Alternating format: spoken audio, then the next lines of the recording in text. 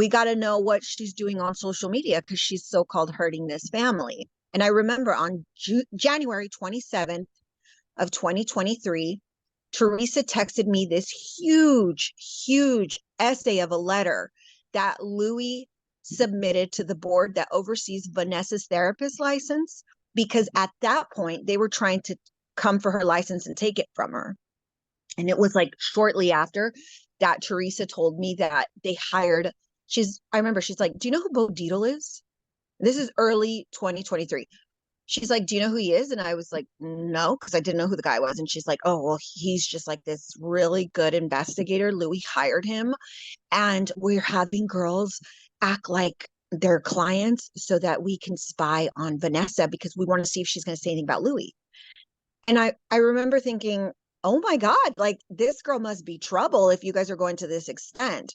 And she's like, no, Gabriella, you don't understand. She's trouble. Like we got to get stuff on her. So I knew about Bo Dietl in the early part of 2023 because Teresa was discussing him, how they were putting people in her office. I And mean, wow. I don't know at the time if they had stuck them in her practice or not, or if they were planning on it.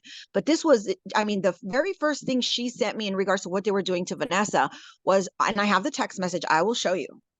No problem. I can send that to you when we're done recording. January 27th, she sent me this ginormous letter, and it's very disturbing, David. You're a lawyer. Wait till I'm going to send it to you because I want you to look it over. It's intense. So I mean, you know, a lot of people are like, why is this girl talking? Why is she so hateful? Why is she coming out and saying anything? It's like, guys, I hate nobody. If anything, I'm so disturbed. I feel convicted that I was a part of something that extended outside of the realm of Real Housewives of New Jersey. This was stuff that this camp was doing outside of the show to people that had nothing to do with the show, Vanessa being one of them, hiring people, coming for people. They were coming for her license. Like they were involved in such deep, dark things, David. Like I almost want to say some of it could have been criminal. And in the end of it all, like when I finally stepped away from it in the beginning of this year, it wasn't until then that I realized like, this is some really heavy shit. I don't want a part of this. I was convicted. I felt disgusted. I wanted to step away and I did. I mean, and I know the camp's going to blame everybody, you know, in every which way as to why I'm doing this and how it all came to be. But the reality is, even from the beginning, I started seeing red flags all over the damn place, especially in regards to Vanessa Reiser. Not Vanessa being the red flag, but what Louie and Teresa were doing behind the scenes to this woman. Well, that's the thing, that's like what you said, like it is off the show. That's why I really don't talk a lot about this type of stuff because I'm not even sure if everyone's really up on it. You know what I mean? Now it's like it is having a moment, like Teresa's being asked about it in the interviews, Margaret, Melissa's bringing it up. But, like I think there's just a lot of people that watch the show that don't even really know that all this is going on. So, like, just to go back for a minute, I mean, that's all shocking, and I have a lot to say about Vanessa, but like, as a fan account, and then Jennifer's in your DMs, that's one thing. But, the queen of New Jersey, as everyone says, Teresa, like, I mean, what was going through your mind when like Teresa originally reached out? Like, there's a lot of people Well, listening to this that are fans of the shows that would fall on the floor if Teresa Giudice reached out to I them. remember when she first called me and she's like, hello. And I was like, I mean, I was screaming. I was like, oh my God, this is so surreal. This is crazy. Like, I've been watching you since season one. I told her I totally relate to you. You know, I took such good care of my parents. You're first generation. Like, your parents were off the boat. So were mine. Like, there was a lot that I related to. And I mean, she really wasted no time. Boom, she hit the ground running in regards to, hey, honey, so Vanessa's really hurting my family. And then from there it took off. But I I was excited. I watched her on TV. I really genuinely like cared about her, you know? And I see now like it's so sad when people attack me, like people who I thought were my friends or acquaintances online. It's so crazy when I see them attacking me over Teresa because I'm speaking the truth. And I just think in the back of my head, like, listen, guys, I felt loved and special, like in her eyes as well. Like, I get why you guys are coming for me because you guys really do feel like, oh my God, she loves her fans. Like, we connected with her over TV and blah, blah, blah. But it's like, if they got to know the real her, they would not be a fan.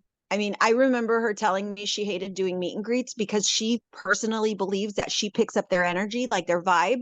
And it was always very draining. She said she gets headaches.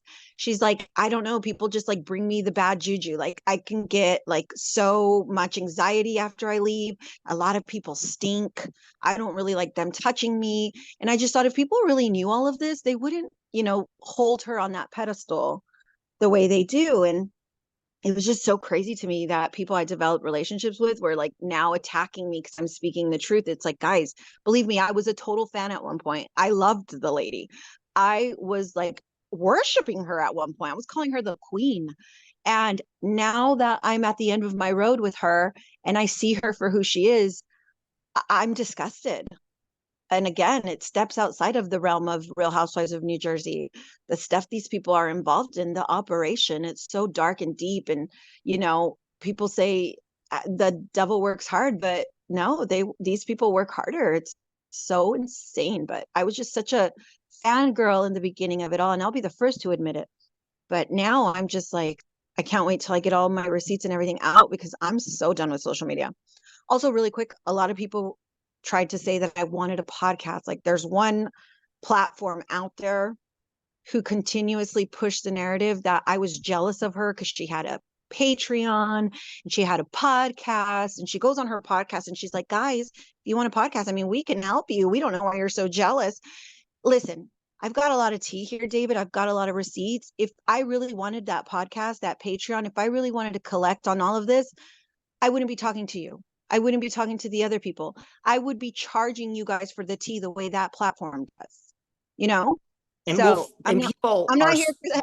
I'm not here for the bag, I'm just here to clear my conscience, to let it all out and to reveal the truth. Well, first of all, I do podcast consulting on the weekends, and people pay me a pretty big fee every hour to help them with their podcast. Patreon is the dumbest thing. Yes, it's great. I make money on Patreon. It is such not the way to make money as a podcaster. So I laugh when I hear podcasters like that. There's a bunch of them that are like, Patreon. I'm like, that is the least bag of how you can make money as a podcaster. Call me, people, for consulting. I could make you a ton of money. But I agree with you. I mean, like what you said, I've been various degrees of friends with all these people.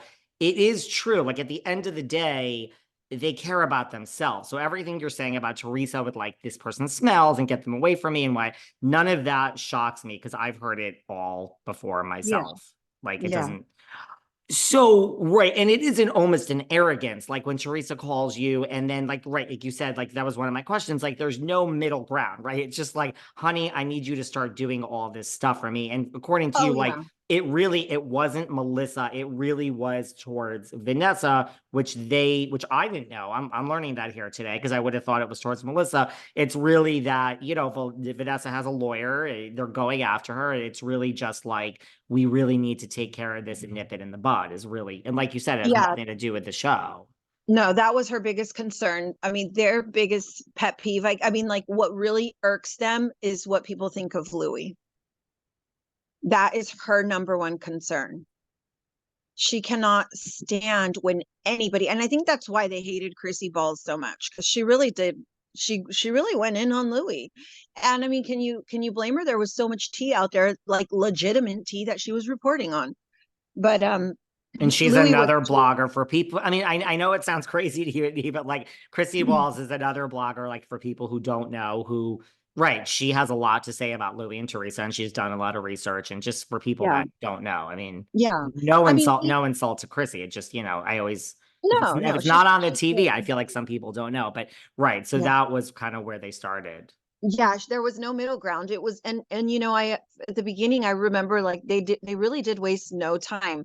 It was real cutthroat, like to the point. And I just thought, man, like why are these girls like telling me this